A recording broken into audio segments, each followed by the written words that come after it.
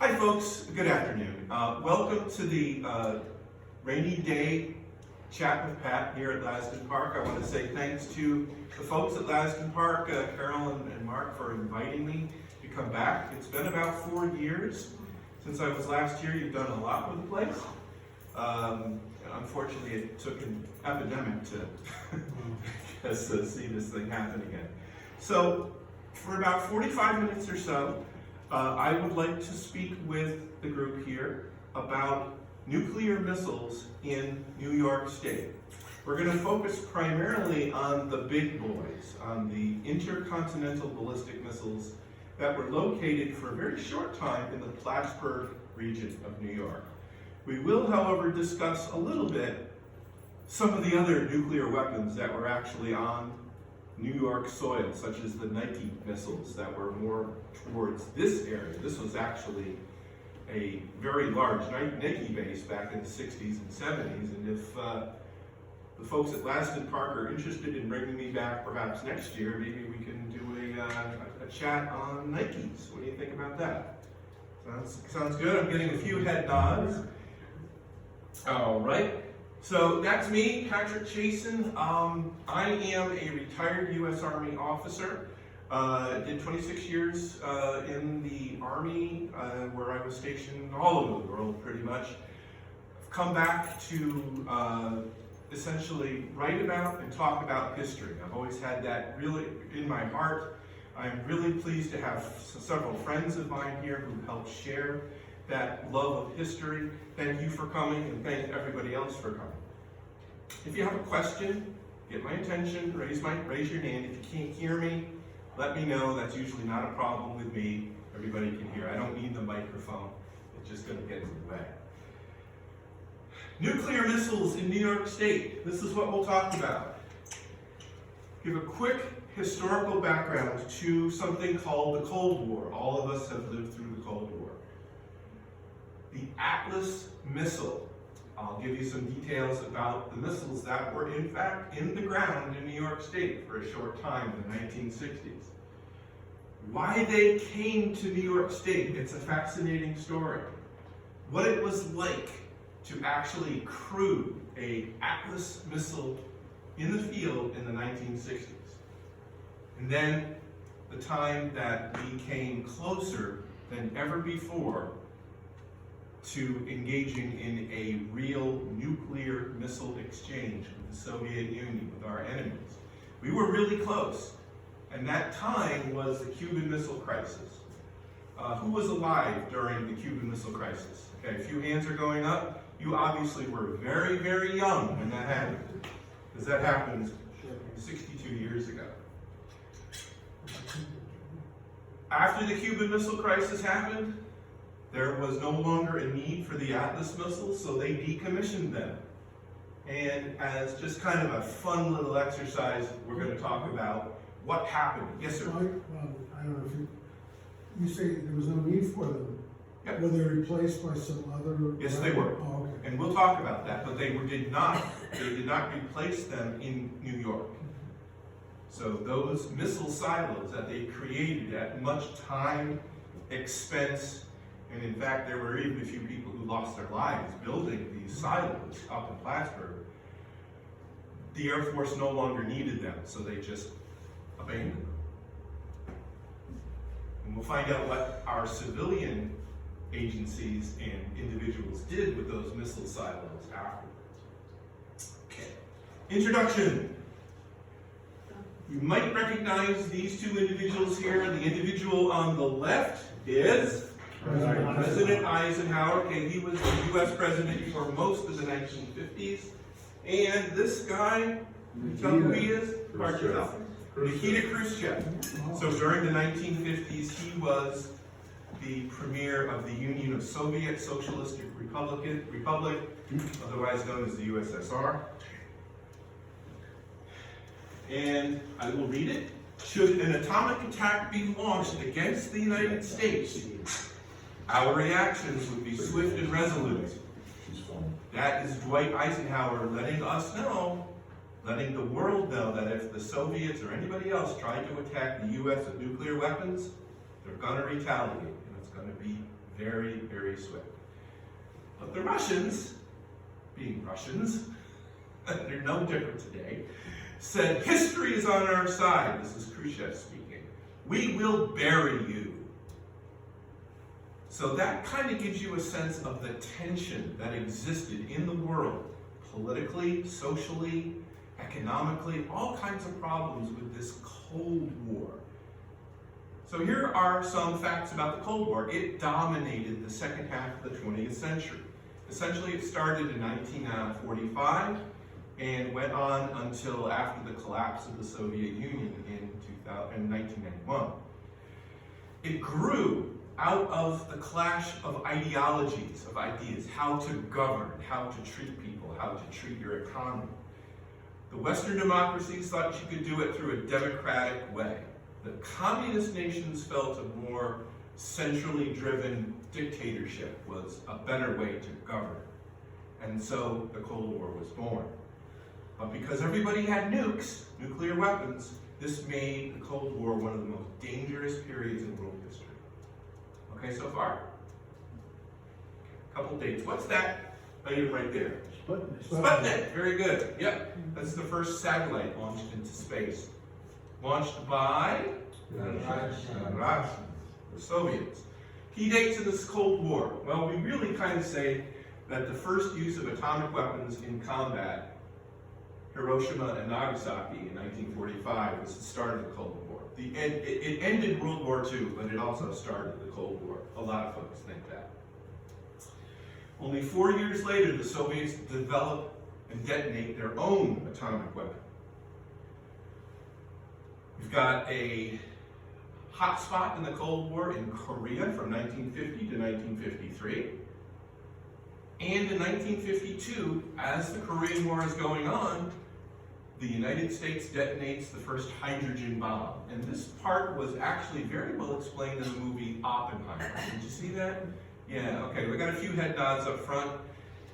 It's a long movie, but they do a very good job of explaining how some of our American scientists said, hey, we've got the A-bomb, that's good enough. Why do we need this even more powerful hydrogen bomb? They built it anyway. And of course, the Soviets, they're not stupid people, they're going to build their own hydrogen bomb. So the Cold War leads to what's called an arms race. You're escalating, okay, if you want to call it that. You build a weapon, the enemy builds a weapon. You build a better weapon, the enemy builds a weapon just like it. And then the Cold War goes into space. In 1957, when this little satellite is launched into low Earth orbit by the Soviets, and eventually, after several accidents, we get our own sort of orbital satellite up there. We cannot forget another hot spot in the Cold War, that's the war in Vietnam. It started roughly in 1959 and it ended in 1975. While that's going on, the Soviets have developed a very powerful intercontinental missile called the R-7. The Americans have also developed a powerful intercontinental ballistic missile called the Atlas. Each one of these missiles can hold a nuclear warhead on top of it. And it's capable of hitting a target anywhere, basically in the world. 1961, the Berlin Wall begins. 1962, the Cuban Missile Crisis, which we'll talk about in much greater detail in just a minute, brings the U.S. and the USSR to the brink of nuclear war. Folks, we were so close. And when you hear the descriptions here in a few minutes of the Cuban Missile Crisis, if you don't know anything about that particular conflict, it'll bring chills to your spine. Thankfully, we backed down from the threat of nuclear war, and in 1987, President Ronald Reagan challenges the premier of the Soviet Union. His name is Mikhail Gorbachev. Mr. Gorbachev, tear down that wall. What's he talking about? The Berlin Wall, right? Yeah, you got it.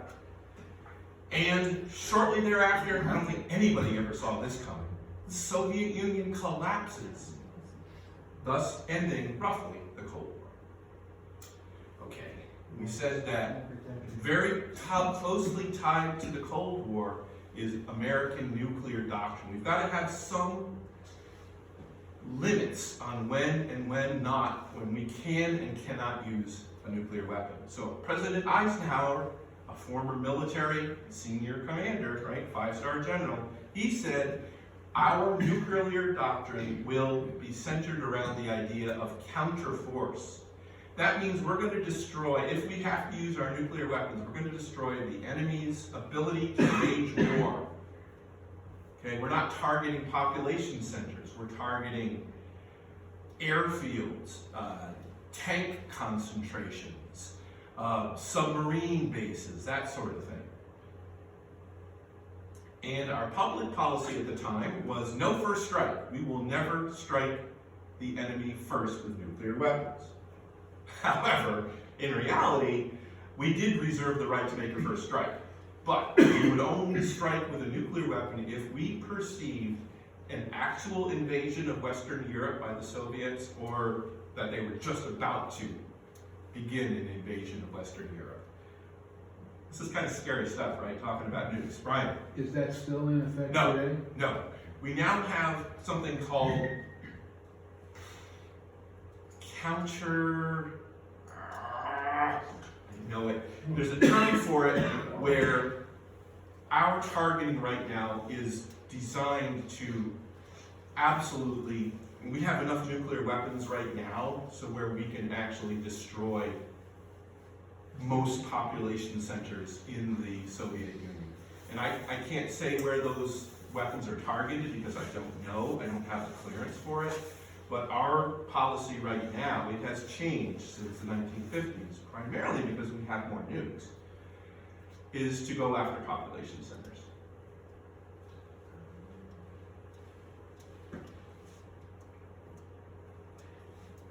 And when you talk about destroying population centers, you're talking about ending the world, as we know it anyway. Ending all life, human life on this world, is going to be ended if we ever have a nuclear exchange. A full-blown nuclear exchange will end life on this world. And that's called assured destruction. Everybody's really quiet now, aren't you? Pretty scary stuff, isn't it? Well, you just could not have these fearsome weapons in the hands of just anybody. You had to create a whole system of controls and measures that would prevent a nuclear catastrophe accidentally or even on purpose. So the way that the American military did that was they created this unit, the Strategic Air Command. It's a part of the U.S. Air Force. From 1946 to 1992, they controlled all of our strategic bombers. When I say a strategic bomber, I mean a bomber that could hold a nuke, and whose job was to drop a nuke on an enemy base. And this new weapon called an intercontinental ballistic missile. We touched on it briefly when we talked about the Atlas missile. SAC did its job because its job was deterrence. It prevented the enemy from striking America with nuclear weapons. So you can say that SAC was very successful because we're all still alive today and there has been no exchange of nuclear weapons. So take that as you will, whether that's a good thing or a bad thing, it's life, right? Let's talk about intercontinental ballistic missiles for just a second before we get into the Atlas. Missiles were a relatively new technology. Prior to 1960 or so, the only way that we could deliver nuclear weapons on an enemy target was a bomber. Well, the problem is that when we were doing exercises where our bombers would go up against enemy air defenses or enemy fighters, our bombers would be shot down before they could reach their target. So we also had, by 1959, 1960, an increase in the level of missile technology. We're talking guidance systems. So you got more powerful missiles that can be guided very accurately to hit their target thousands and thousands of miles away. And this was good for the folks at Strategic Air Command because once you launch an ICBM, a guided missile, you can't stop it. You can't shoot it down, or at least you couldn't then. Today there's an arguable, you might be able to knock a few of them out. with lasers and stuff. But back then, once you launched an ICBM, it was coming down. All right. Before I go on, let me take a quick water break. How's everybody doing? Okay so far? Okay? Great. The first intercontinental ballistic missile that the U.S. Air Force used in the nuclear deterrence role was the Atlas. And the grandfather of the Atlas, like every U.S. missile and space vehicle, was this guy. This is the German V2 rocket. Who's heard of the V2? Few people have, okay? It was an unguided intermediate range rocket. They would use it, they would fire it off from bases in northern Germany. It would go into the upper atmosphere and hopefully come down someplace in Great Britain during 1944 and 1945, and they terrorized the United Kingdom because there was no warning and there was no predicting where it was going to land. So it was a really good weapon. They just didn't make enough of them before the end of the war. And well, the fact that the Allies invaded their launch facilities, that had something to do with it too. It was a liquid-fueled rocket. It used liquid propellant, and it had a large warhead on it, a conventional warhead. So we captured several of these things at the end of World War II, and we used them for research and development. And during the 1950s, the U.S. developed several missile designs. The first one here on the left is the Mercury. You can actually see the space capsule for the Mercury astronauts on top. In the middle is Jupiter. That was a larger missile. And then the one on the left is the Atlas missile. So let's talk about the Atlas. It was an innovative and powerful design made by General Dynamics, and it possessed a lot of unique features for 1960s. It's got a guidance system that allowed it to be very, very accurate. It was also really lightweight, but it had a powerful engine that would let it fly to a range of 8,000, 9,000 miles. It could also put satellites and space capsules in orbit, so it was a pretty powerful rocket. And it used liquid oxygen and kerosene fuel to do all that. Fast facts about the Atlas, you can read them, or you can look them up on Wikipedia, which is what I did. The bottom line, it's big for 1960, it's powerful, and there's that warhead information. 1.44 megaton warhead, which is, in the 1960s, pretty powerful. That will destroy a city, without question. Okay, we said that the Atlas was used for space exploration. We're not going to talk about that. We are going to talk about the military variants of the Atlas. There were three of them. The D, the E, and the F models. The Atlas D and E were stored in a coffin. So it's lying down horizontally. You can kind of see it there. It's protected by these berms. And when they were ready to fuel it and launch it, it would go from horizontal and they would raise it up into the vertical and fire. Well, there's a couple of drawbacks to this.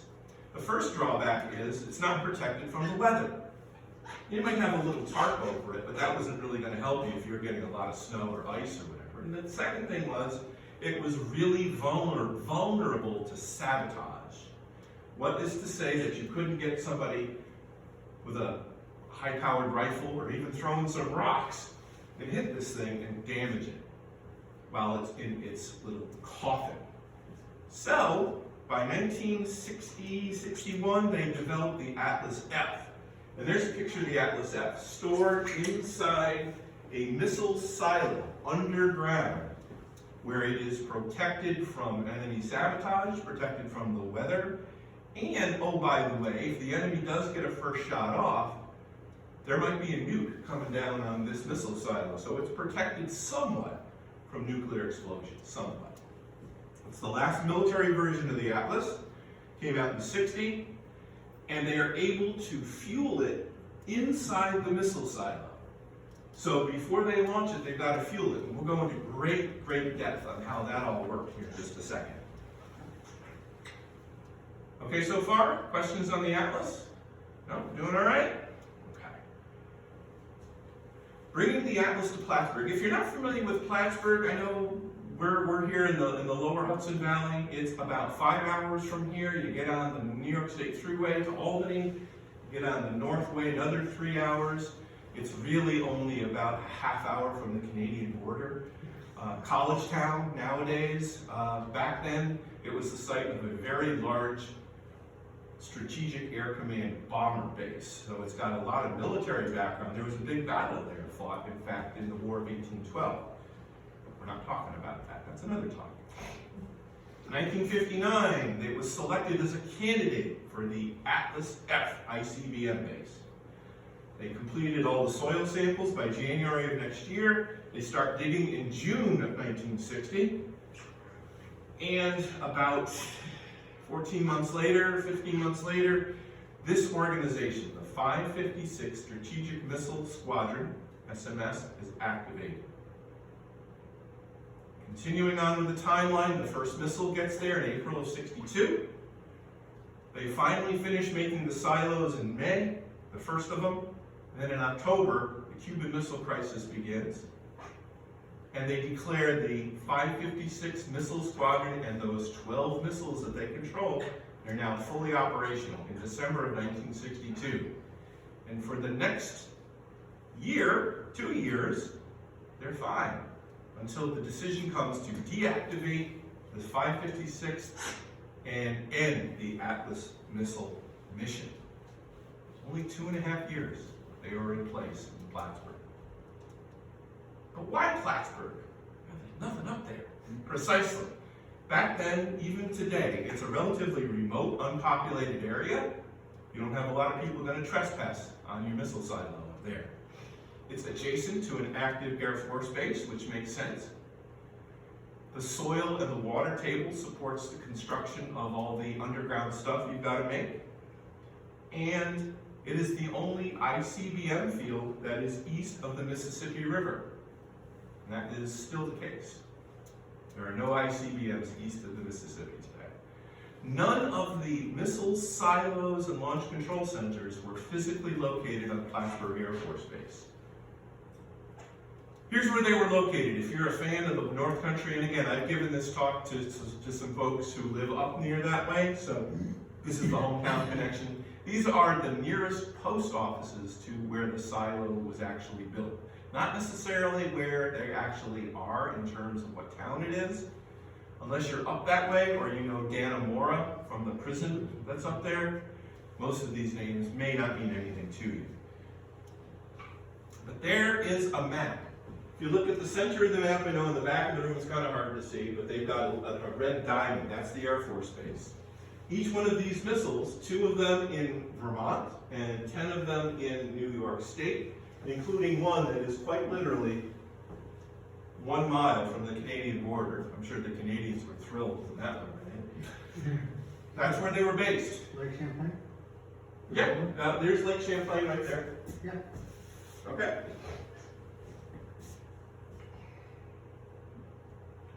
Couple of fast facts about building the facilities. Outfit called Raymond International was contracted to build them. Started in June of '60, like we said a minute ago. 52 feet wide and 175 feet deep. A lot of concrete and steel was used to make each silo. It took a lot longer than expected. There were a lot of difficulties. One of them was that the soil there is mostly bedrock. It's granite. It's millions and millions of years old.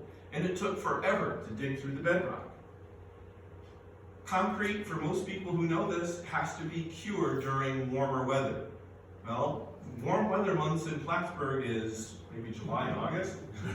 So they had a lot of problems with concrete that was improperly cured. It had to all be pulled out and re-poured next spring.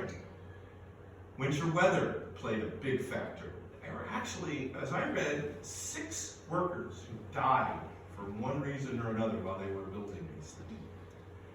They finished the first one in May of '62 at a cost for the entire project of $44 million. I looked that up, that is almost $450 million today. So almost $500 million, yes.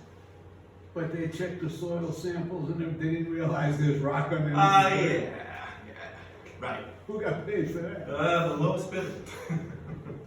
That's the problem with government contracts. You get who you get. Yeah, they screwed up big time, and it really cost readiness. It cost in terms of readiness, because when we really needed these silos operational, the Cuban Missile Crisis, which is here in a minute, they weren't, because they were still ripping out improperly cured concrete, pouring the correct concrete. They were still drilling through bedrock. It was incompetence, pure and simple. An Atlas F missile site typically was on a footprint of 19 to 20 acres. There were some above ground facilities like a maintenance shed and a barracks. And below ground facilities included a launch control center, that's it right there, and then your missile silo. And you had a tunnel that connected the two, so you could go into the missile silo and fix things if they needed to be fixed. Here's the silo. I don't expect you to read all of this. I can't even read it, and I'm 2 feet away from it. But you get the sense. This is a really complicated facility, right? There's a lot of stuff going on to keep this missile operational. You had 2 90-ton blast doors on top, right there, hydraulically activated.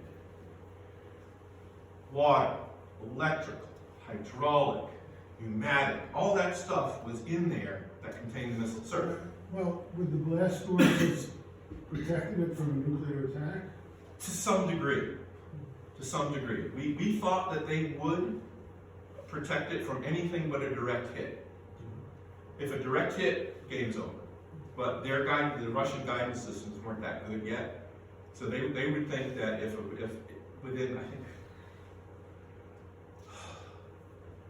don't quote me, but I think 3,000 yards, if the nuke landed farther away than 3,000 yards, it would survive the hit. But don't quote me on that. That's about what it was. So if you landed an enemy nuke right on top, those blast doors would do nothing. Yeah. Were they heated for winter? Yes, absolutely. Yeah, the whole thing was air conditioned, heated, the whole thing. You had to keep that missile within, that's okay, within certain parameters, or it wouldn't function right. So you have this enormous tank of liquid oxygen, which is required to fuel the missile, and we'll find out why that's important in just a minute. And then an elevator would raise this thing, once it's fueled and ready to go, to the surface. The blast doors, of course, are open. It would raise to the surface, and then they could fire it. So here in the Launch Control Center, 5 Air Force Airmen personnel crewed it. 24 hours a day, 7 days a week, for the entire time that they were there. No vacations, no holidays, no closing down for mandatory safety day. You were in there, and you were there to provide deterrence against an enemy attack. It was 2 stories. You had a small kitchen, you had bunks, you had emergency supplies and food, and you'll see why that's important in a minute. And in case that near miss, we talked about that near miss by an enemy, it might collapse the stairway. Well, there's an escape tunnel that you could actually use to get out. Now, you're escaping into what? A nuclear wasteland up top? I'm not sure you really want to, but they had to have that for the morale of the crew. We talked about the first Atlas ICBM arriving at Plattsburgh Air Force Base. They got there in April of 1962. They flew them there. No FedEx. Maybe it was FedEx. No, the Air Force had a specially designed aircraft that could fit an Atlas missile inside it. It's called the C-133 Cargo Master. And then you put it on a truck, and off it goes. Those, by the way, are bombers and air refuelers on Plattsburgh Air Force Base. So in addition to being a missile base, it's also it was a very, very big, busy bomber base. Right through town, that is downtown Plattsburgh, right there on the left. And it was a big media event, social event. Can you imagine doing that today? I can't. They actually had to close the toll bridge between New York and Vermont to bring that Atlas across. They had to move it. Crazy stuff. So once it gets to the launch platform at the launch silo, they craned it up and they brought it into the silo. Later on, they attached the warheads. Operations. Oh yes, sir. Go ahead. The location wasn't secret? They just brought it together? It wasn't well known. Man, It wasn't well nobody knows known. close by. Yeah. Well, it was, first of all, it was very remote. So there weren't a lot of people there anyway.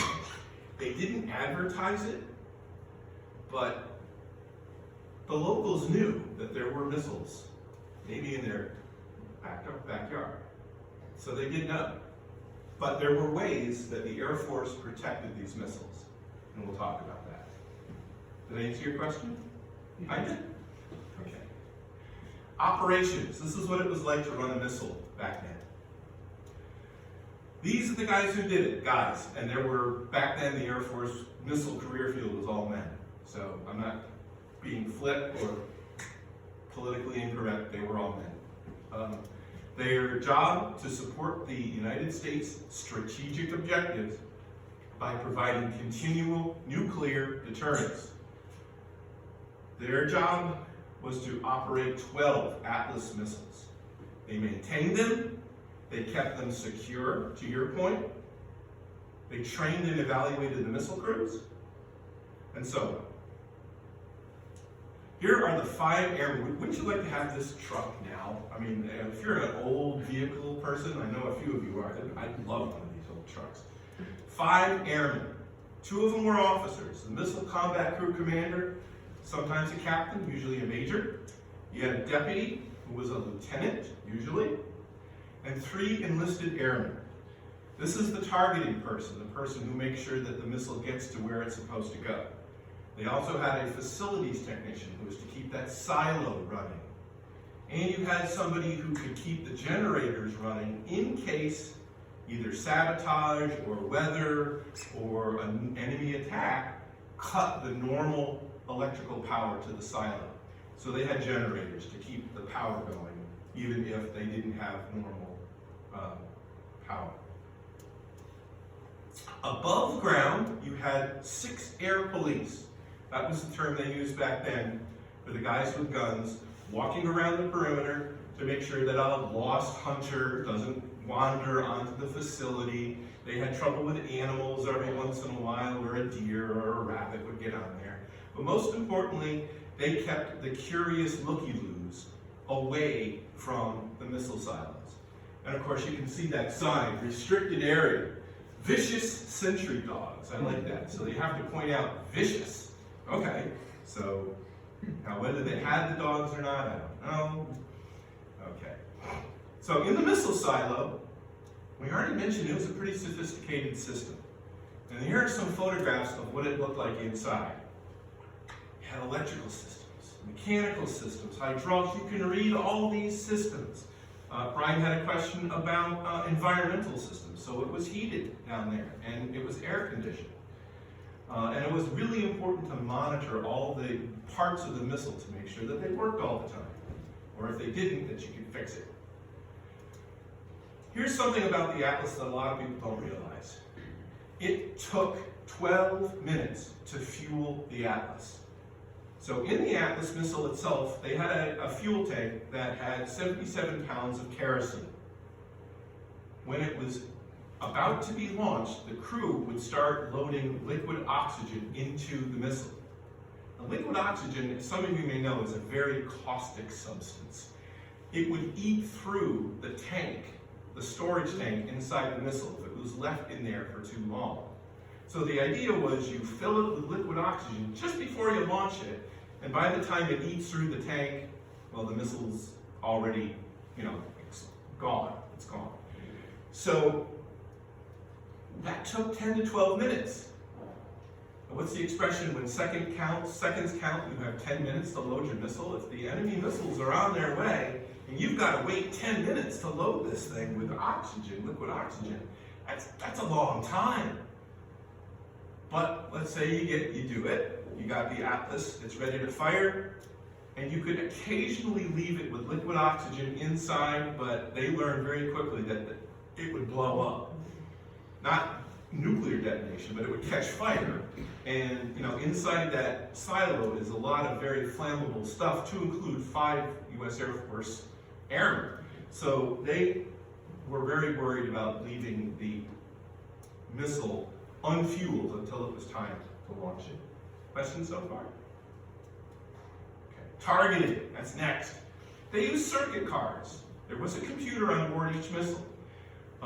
Some of you remember floppy disks, some of you remember that kind of stuff. But before the floppy disk was a hard plastic computer circuit card, and that's what they used to put the target data into the missile. In fact, they could choose between 2 targets. And the computer inside the missile used inertial navigation systems to control the pitch, yaw, and roll of the missile to make sure that during its powered flight, it was going where it was supposed to go. And there was an autopilot that made sure that all that happened. Communications, folks, this is huge. You've got to be able to talk effectively under all circumstances.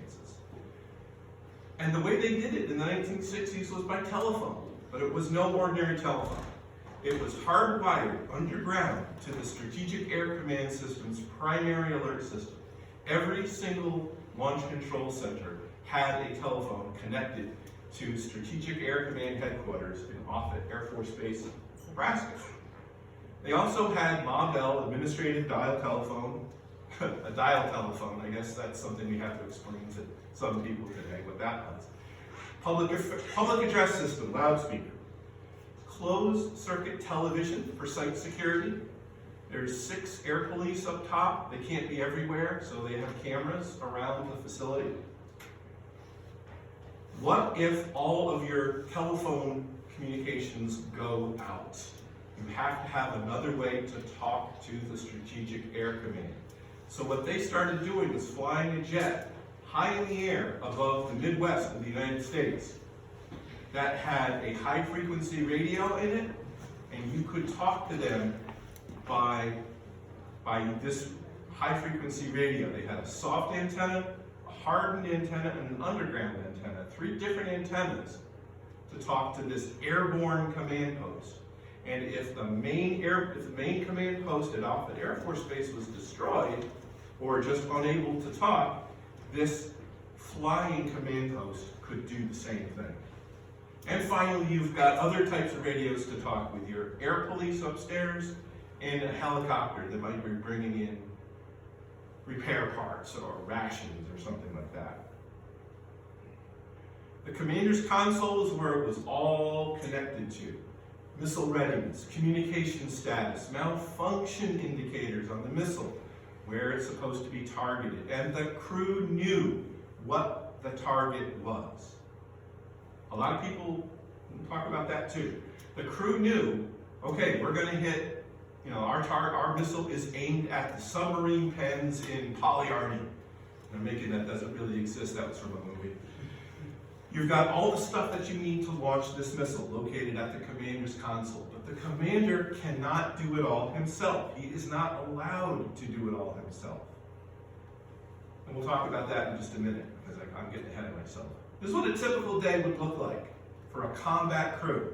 They would meet at the squadron headquarters on Plattsburgh Air Force Base. They'd get a briefing, take about a half hour.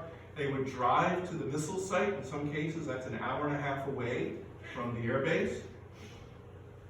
They show up at the gate. The air policeman checks their identification and makes sure that they are who they say they are.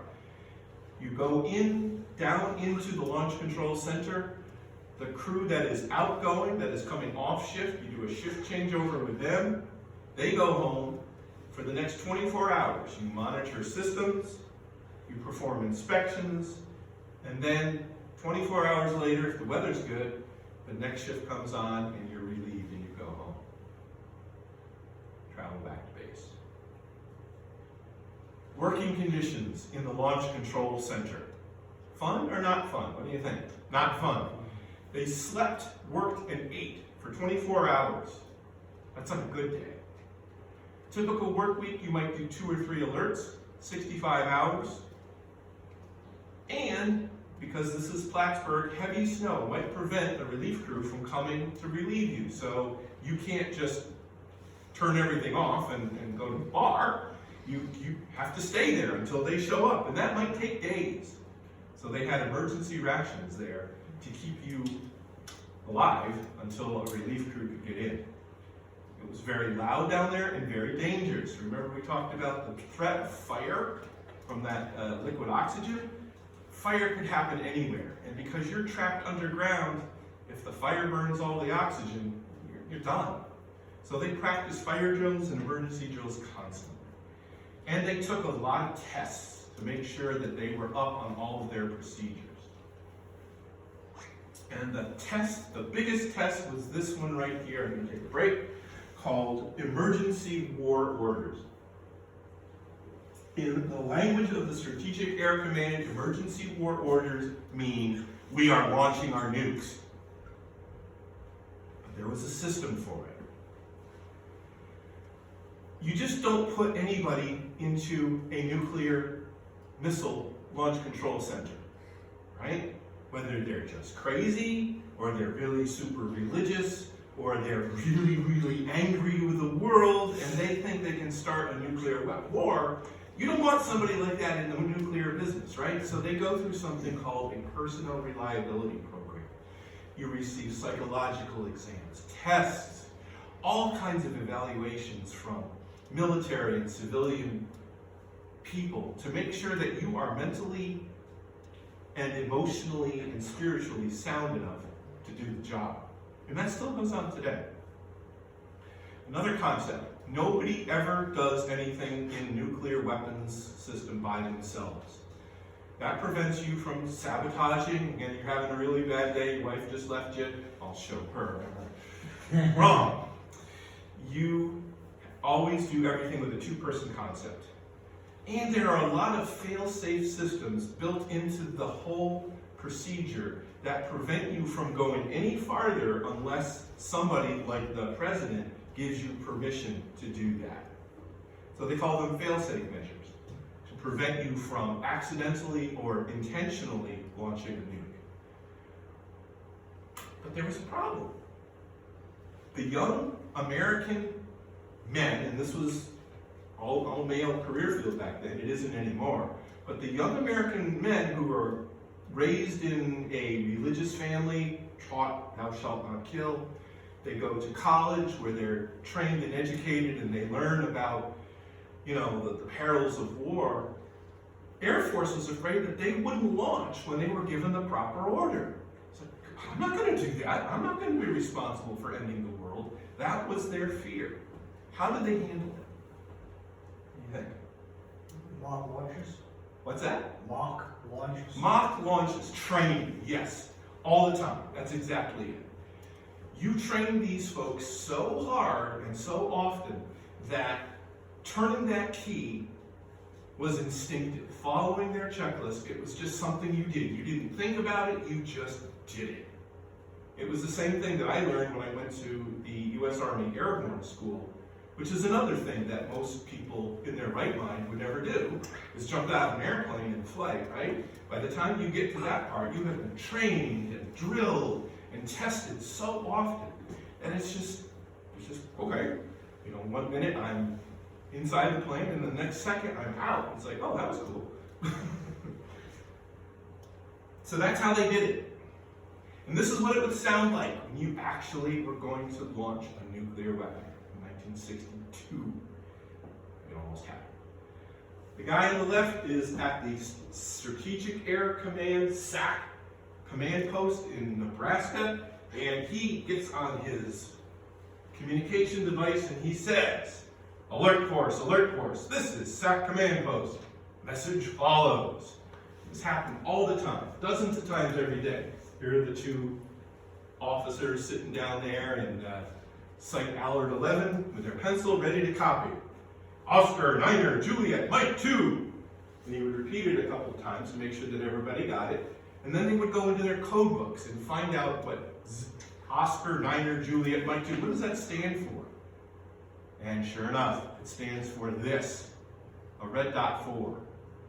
This used to be top secret on top secret classified. You would never hear somebody 52 years ago say red dot 4. Since then, it's been declassified. Red dot 4 means go into your lockbox, unlock your lockbox, and pull out the sealed authenticators. Those are code books. You have to actually break the plastic covering, pull it out of the plastic covering, open it up, and then check what was that message. Uh-oh. This means that we have to now start working on our launch checklist. So everybody is awake now. They're getting the missile ready to launch. It's called commit. The Air Force calls it commit. We are committing this missile to launch. They verify the target information. They fill it with liquid oxygen. They open the blast doors. They raise it to the launch position. And then the deputy moves to the lower level of the launch control center and he puts on his headset. Why? That way one person can't turn both keys.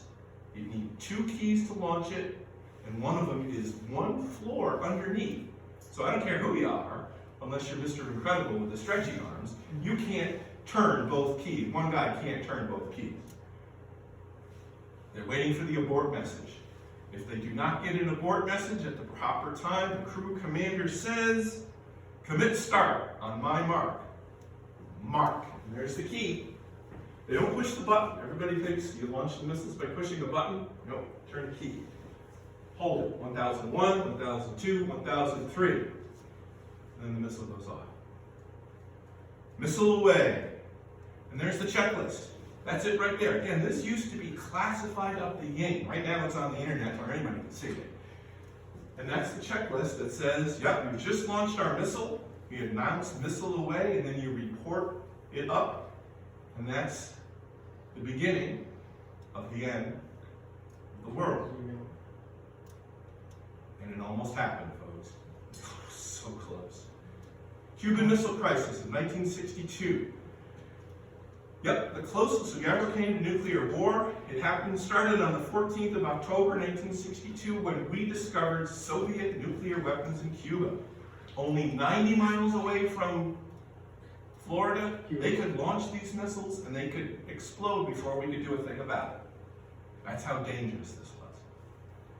President Kennedy, who replaced President Eisenhower in the 1960 elections, he chose to quarantine Cuba, prevent them from getting any more missiles or weapons into Cuba.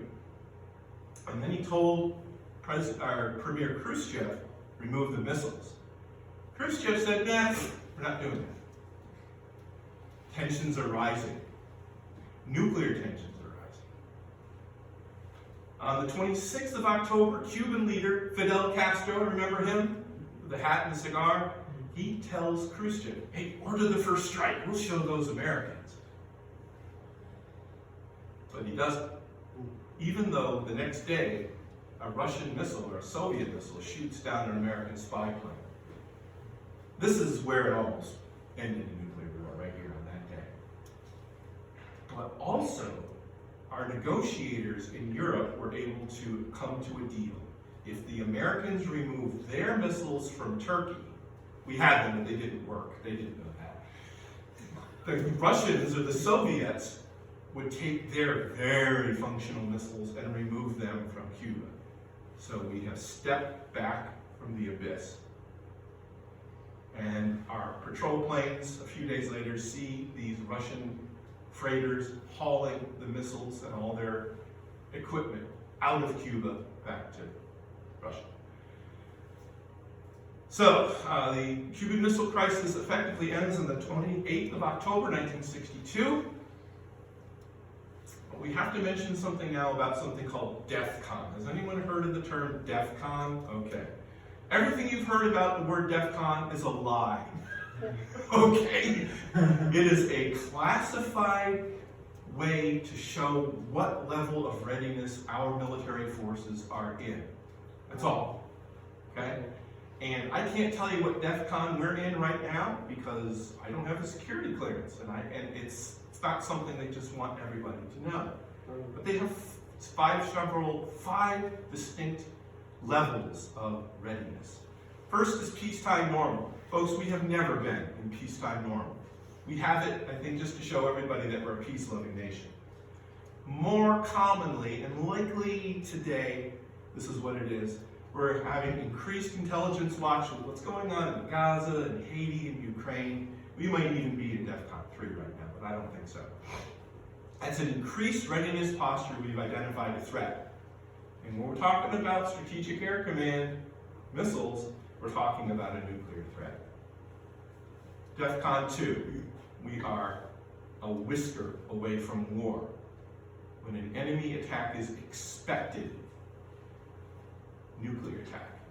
And DEFCON 1, we're at war. We're at nuclear war. And since we're all sitting here, standing here, talking with one another, obviously the United States has never been to DEFCON 1. That's why the movies are all so good. On October 24th, 1962, America's nuclear arsenal was brought to DEFCON 2, within a whisker of war, right?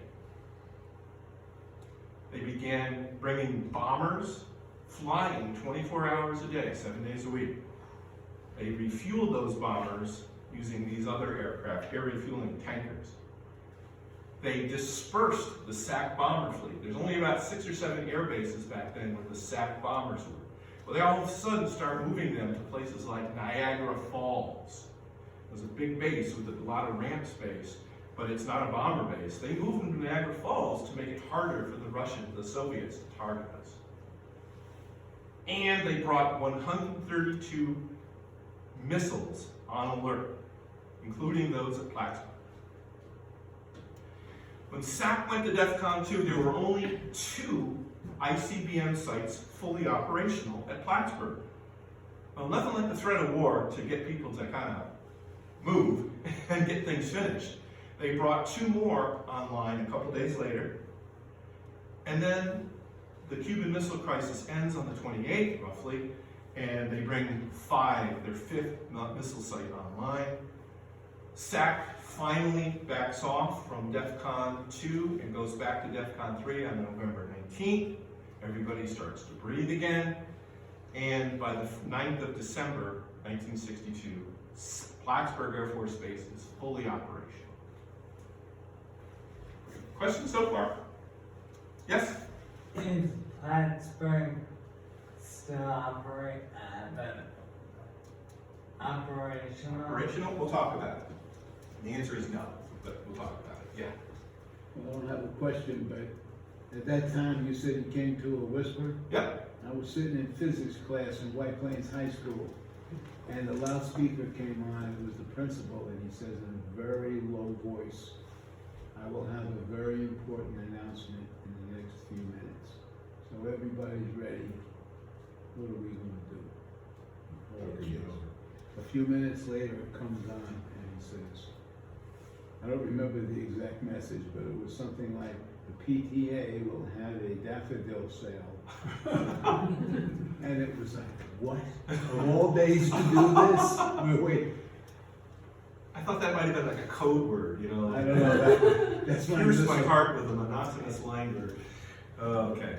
Oh, okay. So you asked a great question. Is Plattsburgh Air Force Base still operational? The answer to that is no. And we'll find out why. Because these missiles are no longer at Plattsburgh. Well, we had a big problem with our nuclear readiness that was exposed when the Cuban Missile Crisis started. We thought we were a lot more ready than we really were, and we thought that we could handle a confrontation with the Soviet Union a lot better than we really did. Well, the first thing they did is they brought in a hotline so that the President of the U.S. and the Premier of the Soviet Union could actually talk. You get that one? Good. Dr. Strange. That's, yeah, the Dr. Strangelove movie. Great film, by the way. Colonel Backlund, my favorite character. They also signed a nuclear test ban treaty, so we're trying to lower the temperature of the Cold War, 1963. And we also realized, at least the Air Force did, that these missiles that took 10 minutes to fuel before they could even launch, they're kind of getting long in the tooth. They're getting old, obsolete. So they replaced them with 2 different missile systems. The first on the left is the Titan. The Titan was enormous. I think I told you that the Atlas warhead was 1.44 megatons. The Titans was 5.2 megatons, 3 times as powerful. My brother called it a real crowd pleaser, which is grim, grim humor. The one on the left, the one on the right is the Minuteman. That is still used today. And the big advantage of the Minuteman was that it used solid propellant. So you didn't have to worry about these caustic liquid oxygen containers anymore. Especially the Minuteman, once you got the order to fire it, within a couple of seconds, that thing could be on its way. So these are more modern, more powerful, more capable missiles. By 1965, Strategic Air Command has decided they're going to close the Atlas missile. By the way, you cannot put a Titan missile inside an Atlas silo. It just won't fit, it's too big. The Minuteman was too sophisticated for an Atlas missile silo. So there's no use for this as far as the Air Force is concerned. These 12 silos that we've just put in at a cost of $44 million. Once the missiles are obsolete, so are the silos. Okay. November of '64, the Secretary of Defense, that's what SecDef stands for. They're going to start retiring these things in June of 1965. They start pulling them out in the spring. They deactivate the unit in June. And by 1970, they have finally disposed of all of the sites. All 12 of those Atlas missile sites have gone to a new civilian owner or a government. Yes, that's a typo. That's Ellenberg. That, by the way, that's one of the sites. And anything wrong with it? They spelled missile wrong, right? And that's, again, that's our government for you. Everybody wants to know this. What happened to those 12 sites after the missiles were removed? You want to know, right? I want to know. The folks in front seem enthusiastic. Guys in the back, I think you just checked out. Well, the first thing, obviously, after the missiles and the warhead comes out, the Air Force goes in there and they remove anything that's classified, whether it's a code book or a communications system, that all comes out. Then workers come in and recycle anything that you can use, in theory. Then they lock the site up. And like I said, most of these sites were locked up for at least 5 years.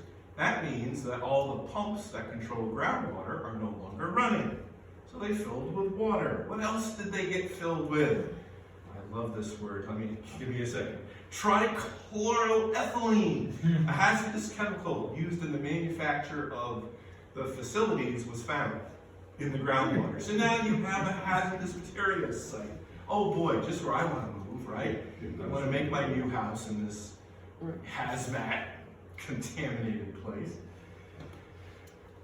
Here's what happened to them. And this is effective as of a couple of months ago. It hasn't changed. I just didn't change the slide. Site 1 in Champlain. Somebody bought it and built a private residence on top. In Allberg, New York, they turned it into a highway department maintenance yard. Over in Swanton, a drilling company bought it and they use it as a storage yard. Willsboro turned it into an artist's studio. Cool, swords into plowshares, right? And now, Lewis, New York, which is one of the ones that is farthest to the south, that's the one that's in the Adirondack Park. The guy who lives and works there now does a lot of research in low-frequency radio that actually goes through the Earth's crust. So, kind of cool, right? Because you got this tunnel down there, you got this shaft drilled through hundreds of feet of bedrock, and he's working on communication systems that allow people to talk using very low-frequency radio waves through the Earth's crust. Kind of cool. Site 6, a private owner, that's all I know about it. This one appears abandoned in Riverview. There's a house built over the site in Redford, New York. Highway Department, Dannemora, has this one. In Brainardsville, it's an abandoned private dwelling. Same thing with Ellenberg. And lastly, in Moores, is a town garage. You can see these, by the way, all over. If you are a big Google Maps fan with a satellite view of Google Maps, you can easily detect one of these things. They look like a lollipop. with a long access road and a big concrete circle at the end of the access road. And so you can find that on Google Maps if you're really interested. You want to go to Moores, New York on your computer or your phone and try to find a road that has a driveway extending out with a big circle. That's probably the missile silo. Plattsburgh Air Force Base. When we no longer needed so many nuclear weapons because the Soviet Union has collapsed, we called it the peace dividend. Plattsburgh was one of the Air Force bases that was selected to be closed by the Air Force. 1995 is when the Air Force left. It is now a commercial and industrial center. The Plattsburgh International Airport moved over and took over the runway and the flight facilities in 2007.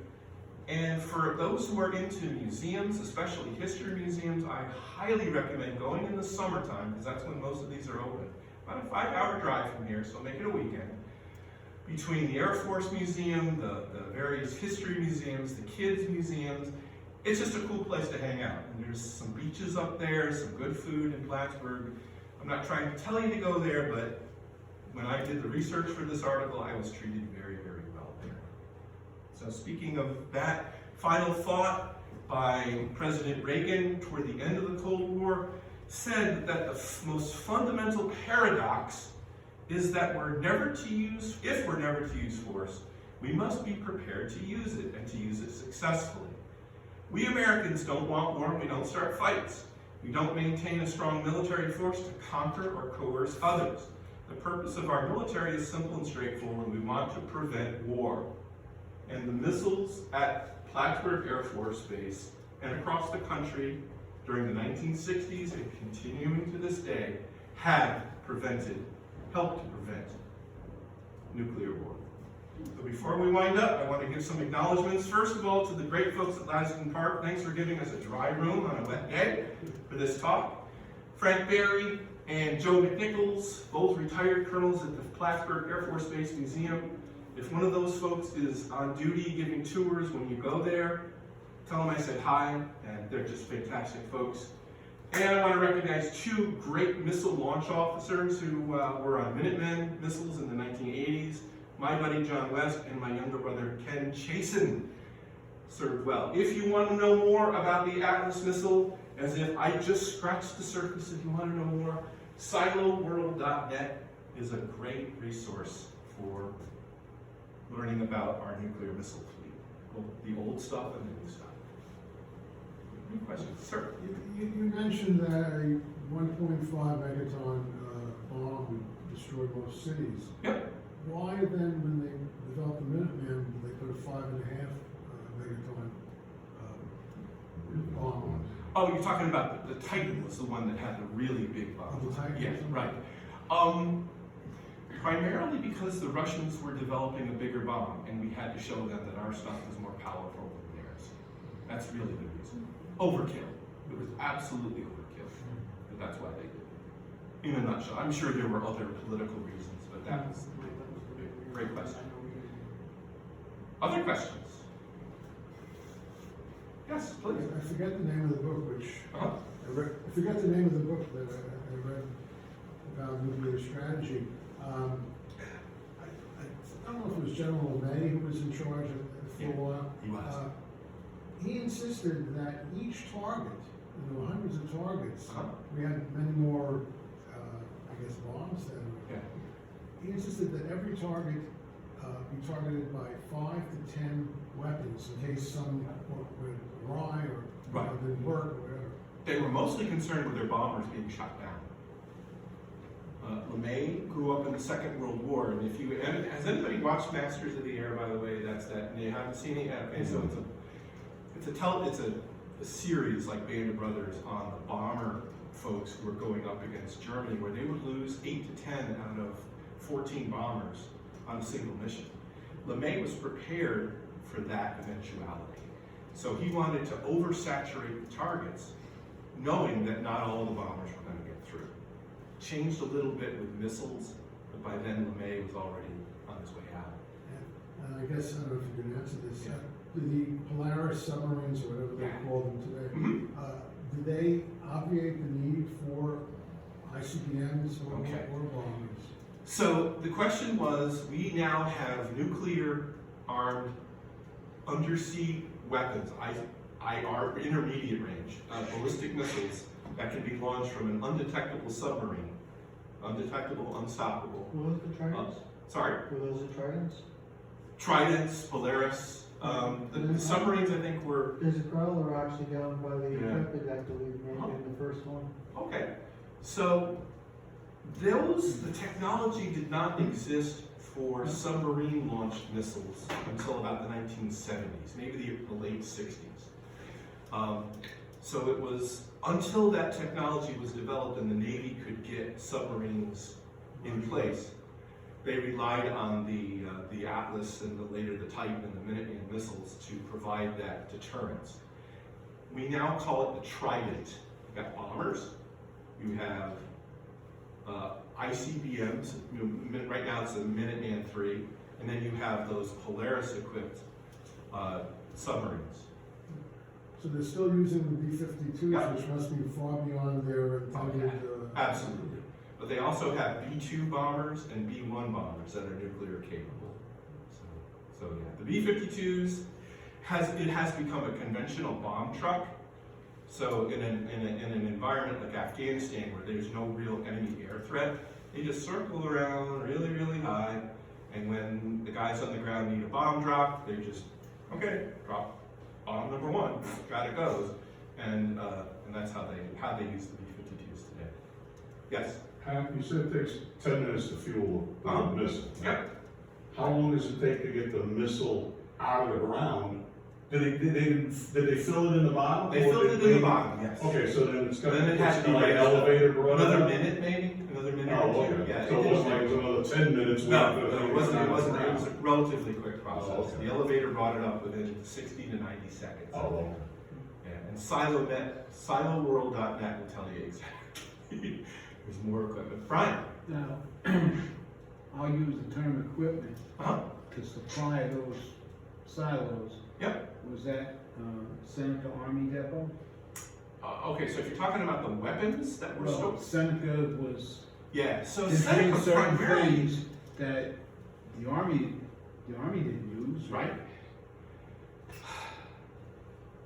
I hesitate to answer your question. I know the answer, but I don't know if it's not classified still. Well, I asked the guy one time, I beat him up for years. Yeah. He was an MP, and I said, "What did you have there?" Yeah. And he said, "I can't tell you." Yep. He said, "But if anything ever went wrong, there'd be a big hole Oh, in yeah. the middle of New Oh, York yeah. State." It was a Seneca Army Depot, which is located in central New York, between Syracuse and Rochester. So On it's one on, of the- it's on the Finger Lakes? It's on the Finger Lakes, and I'm trying to remember which is Seneca. Seneca Lake, one of the Finger Lakes. An enormous, it was essentially the military's East Coast nuclear weapons holding area. So, So it wasn't really connected with the Air Force. to a degree, there was a lot of Air Force weapons there. It was run by the Army, but all the services used it. And it was the same idea. It was in a remote area, way away from anybody else, and they could use it to store weapons. If you were pulling out the old nuclear bombs or nuclear warheads to replace them with a more modern one, that's where they would do that exchange at Seneca. Yes? How would they dispose of the old nuclear warheads? How was the maintenance? How did they dispose of the old nuclear war? How did they dispose of them? Great question. I don't know. I know they disposed of the missiles, because remember they took the warhead off the missile first, and they probably A section at a time. they didn't scrap the missiles. The missiles were good. Most of those missiles, and there's a document someplace, I've read it, most of them launched space program. They put satellites into space. So the missile is still good. They pull it out of the silo, they bring it down to Kennedy or Vandenberg in California, and they launch a satellite or like a Gemini capsule with it. So they used the shell. Yeah, but the warheads, There is a procedure for taking old, obsolete nuclear weapons and destroying them so they can't be used. I don't know what that procedure is. I know they have one, and that's probably about all that I can say about it. Yeah, because a lot of the stuff is still classified, even though we stopped using this missile 62 years ago, 60 years ago, almost 60 years ago. Gene, did you have a question? No? In the back? No, it was No? a wonderful presentation, though. All right, well, Learned that's a it. lot. Thanks so much.